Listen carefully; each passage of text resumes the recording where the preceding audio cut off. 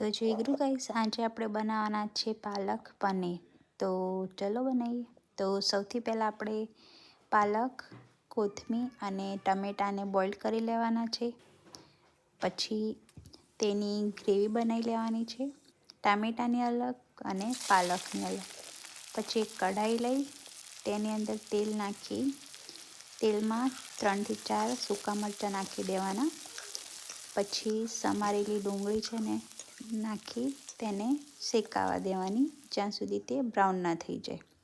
પછી આપણે એક મસાલો તૈયાર કરવાનો છે. તેની અંદર લસણ, તજ, લોંગ, હળદર, કશ્મીરી મરચું, મીઠું, લીલા મરચાં, એક આદુનો ટુકડો, ધાણા જીરું મરીનો એક પેસ્ટ બનાવવાનો છે. આપણે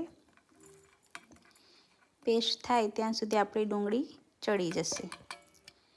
તો ચલો પેસ્ટ બનાવી લઈએ.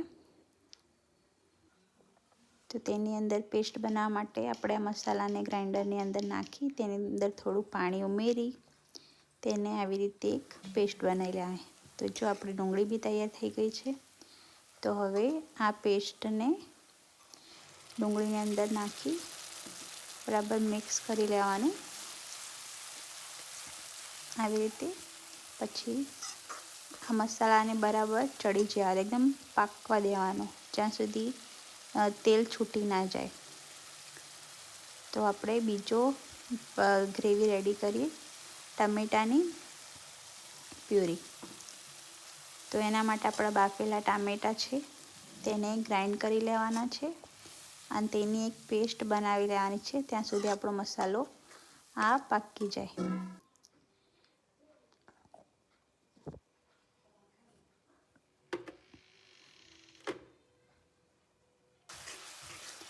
તો આપણો મસાલો એકદમ ચડી ગયો છે, જો મસ્ત દેખાય છે ને. તો હવે આપણે અંદર ટમેટાની પ્યુરી એડ કરી દેવાની છે.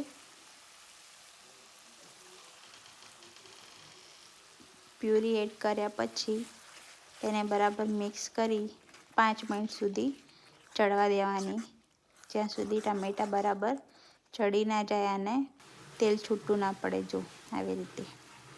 પછી આપણે પાલકની બી પ્યુરી બનાવી તેની અંદર મિક્સ કરી દેવાની છે. જો ગાઈસ, આમ તો પાલક પનીર બહુ હેલ્ધી હોય. તો જો દેખાવામાં બી કેટલું સરસ દેખાય છે.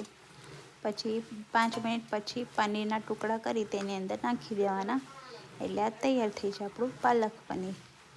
તો ચેનલને લાઈક કરો, શેર કરો, સબસ્ક્રાઈબ કરો અને કમેન્ટ કરો.